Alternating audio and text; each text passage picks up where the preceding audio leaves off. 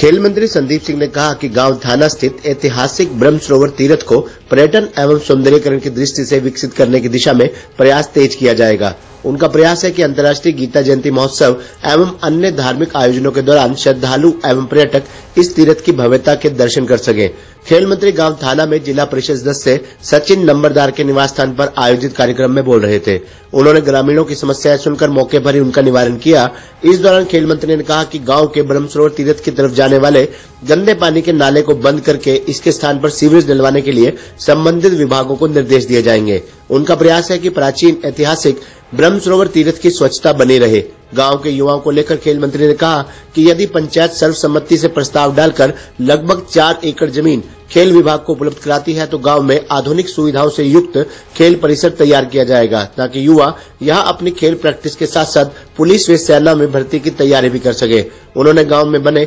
सामुदायिक केंद्र में लाइटिंग के लिए 2 लाख देने की घोषणा की। इसके अलावा गांव में ठप हो चुके पानी के बोरवेल को भी दोबारा से करवाने की घोषणा खेल मंत्री ने की। ग्रामीणों की मांग पर उन्होंने गांव के दिव्यांगों के लिए व्हील चेयर और अपना रोजगार शुरू करने वाले युवा को 1 लाख देने की घोषणा की। खेल मंत्री ने कहा कि समाज का आपसी सद्भाव व सहयोग राष्ट्र को आगे बढ़ाता है, इसलिए सभी ग्रामीण आपस में सहयोग का रवैया रखें और एक दूसरे की मदद करते हुए अपने गांव को तरक्की के रास्ते पर लेकर जाएं। खेल मंत्री ने गांव में अंकित राठी की ओर से आयोजित कार्यक्रम में भी हिस्सा लिया। अंकित राठी की ओर से युवाओं ने खेल मंत्री को हॉकी भेंट कर सम्मानित किया। थाना में सचिन वार्ड नंबर 14 से हमारे जो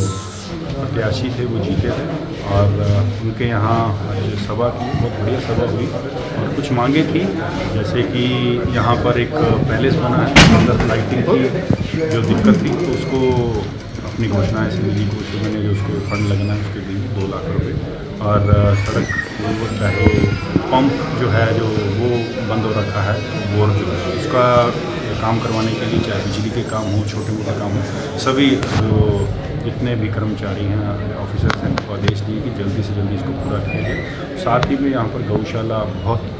पुरानी और प्रसिद्ध, जिसमें गायें और नंदी दोनों रखी जाती, तो उसको भी मैंने अपनी निजी फंड से घोषणा की। मुझे पूर्ण उम्मीद है ब्रह्म सरोवर के ऊपर जो प्राचीन ब्रह्म सरोवर है उसके वाइल्ड लाइफ से उसका फंड आता है, तो वाइल्ड लाइफ में चाहे केंद्र में मुझे बात करनी पड़ी, चाहे माननीय मुख्यमंत्री जी से, क्योंकि माननीय मुख्यमंत्री जी ने पहले भी अपनी सीएम अनाउंसमेंट में घोषणा की हुई है इसकी, तो उसको और ज़्यादा अच्छा बनाया जाए, क्योंकि सबसे प्राचीन जो ब्रह्म सरोवर है वो थाना गाँव का है। मेरी पूरे गाँव वासियों को मैंने ये भी कहा कि यहाँ पर हम इसको आगे भी बढ़ाएंगे और हरियाणा गवर्नमेंट की तरफ से और केंद्र सरकार की तरफ से जो भी सुविधाएँ होंगी उसको लेकर आएंगे। सर कितने खिलाड़ी? आवाज़ नहीं आ रही क्या? अगले कल ट्रॉफी जो है वो पूरे हरियाणा से होती हुई माननीय मुख्यमंत्री जी ने रिसीव की थी पंजाब से और हरियाणा होती हुई दिल्ली आगे गई है, तो मुझे पूर्ण उम्मीद है कि हमारे हरियाणा के जो 5 खिलाड़ी टीम में हैं और पूरे हिंदुस्तान की टीम एकजुट होकर खेलेगी और होम ग्राउंड और होम ग्राउंड के आगे बहुत अच्छा परफॉर्म भी करेगी और जीतेगी। सर साइकिलिंग की हरियाणा ने ओवरऑल ट्रॉफी जीती है,